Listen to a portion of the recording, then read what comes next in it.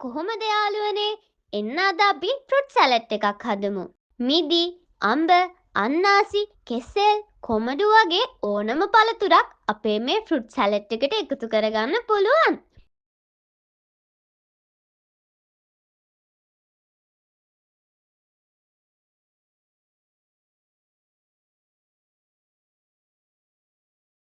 පළතුරු ටික අවශ්‍ය ප්‍රමාණයට කපා ගන්න. කපාගත්තු පළතුරු අපේ බෝල් එකට එකතු කරගෙන රසවත් කර ගැනීමට දෙහියුෂ එකතු කරගන්න පුළුවන්. අවශ්‍ය ද්‍රව්‍ය එකතු කරගත්තට පස්සේ අයිස්ක්‍රීම් මී පැණි එකතු කරගෙන අපිට රස විඳින්න පුළුවන්.